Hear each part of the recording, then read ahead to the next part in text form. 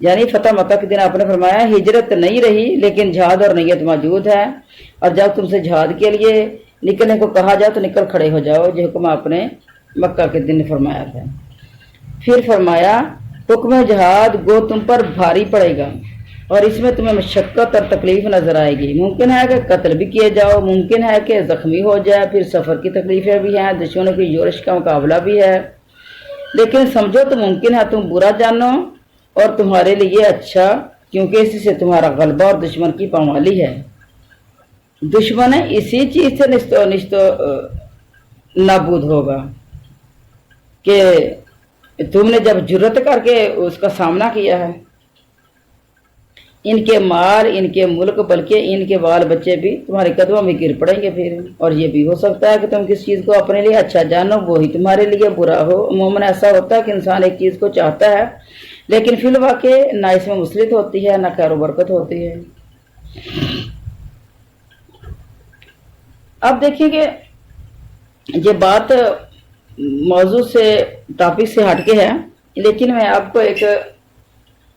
مثال دے کے سمجھاتی ہوں کہ انسان اپنے لیے ایک چیز کو اچھا سمجھتا ہے۔ یہ جتنی بھی لو میرج ہو رہی ہیں آج کل اس ماحول کے اندر، تو آپ دیکھیں کہ وہ خیر سے اور برکت سے بالکل خالی ہیں، اور وہ اس طریقے سے مر رہے ہوتے ہیں کہ پتہ نہیں کیا ہو جائے گا اگر شادیاں نہ ہوئیں ان کی۔ تو دنیا کے اندر آنے کا مقصد ہی شادیاں بنایا ہوا ہے، تو جب وہ مل گئی چیز پھر کوئی قدر نہیں ان کی۔ کتنی ہی اس طرح کی لڑکیاں ہیں جو ساری دنیا کو انہوں نے بوٹ کی نوک پہ رکھا، کتنے ہی اس طرح کے لڑکے ہیں جنہوں نے سارے جاننے والوں کو، چاہتوں کو، محبتوں کو، ماں باپ کو، برادریوں کو، ہر چیز کو انہوں نے جوتے کی نوک پہ رکھا اور ہر دیوار گرا کے انہوں نے اپنے مقصد کو حاصل کیا۔ جب حاصل کیا تو تنگ ہے ایک دوسرے سے، وہ اس کو نہیں دیکھنا چاہتا، وہ اس کو نہیں دیکھنا چاہتے، تو پھر وہ محبتیں کہاں چلے گی؟ جس کے اندر ہمیں خیریں نظر آ رہی تھیں، جس کے اندر ہم سمجھتے تھے کہ ہماری زندگی ہی اسی کے اندر ہے، تو جب وہ ہمیں مل گئی ہے تو پھر زندگی کہاں چلے گی؟ پھر وہ محبتیں کہاں چلے گی ہیں؟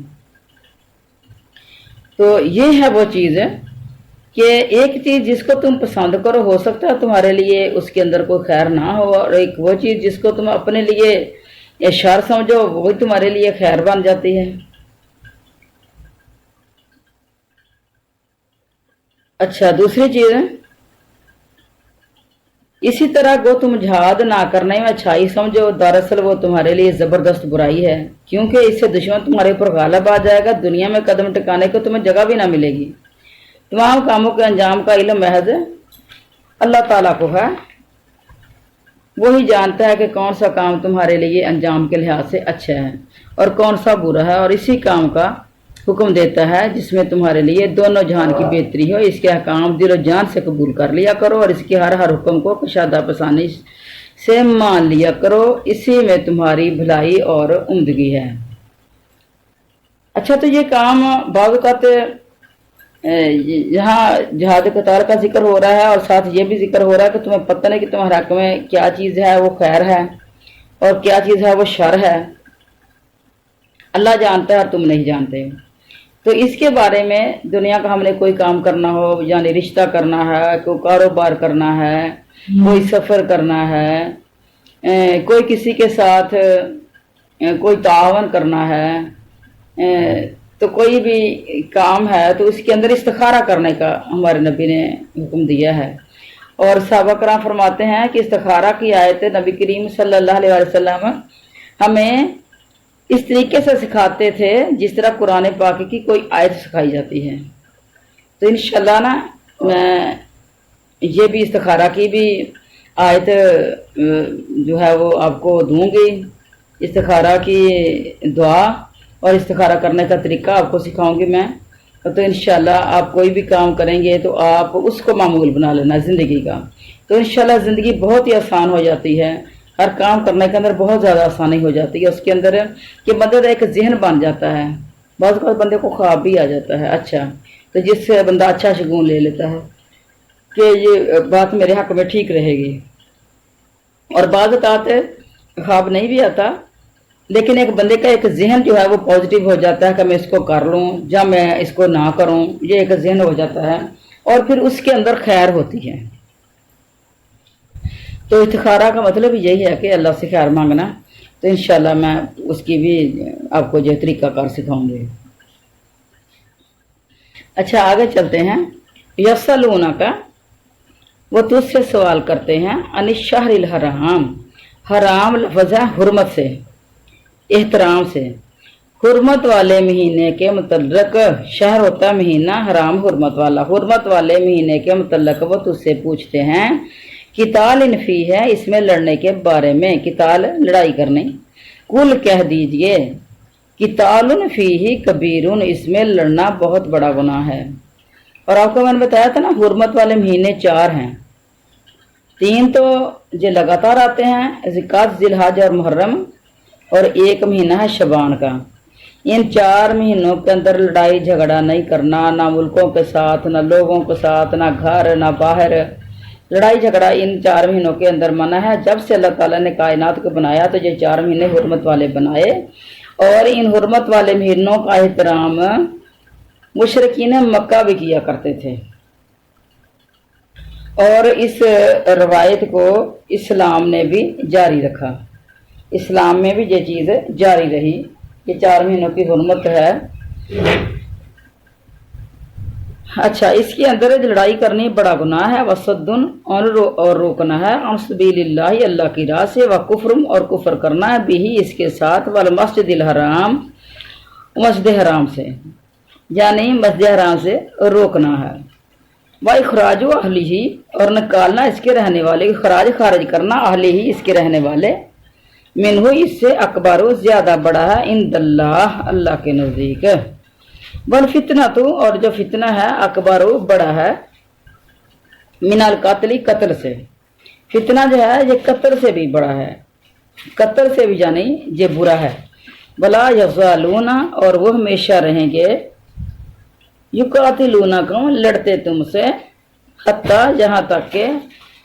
یردوکم، وہ تمہیں پھیر دیں، ان دینکم، تمہارے دین سے، ان استطاع، اگر کر سکیں، وَإِن يَرْتَدِدْ، اور جو پھر جائے،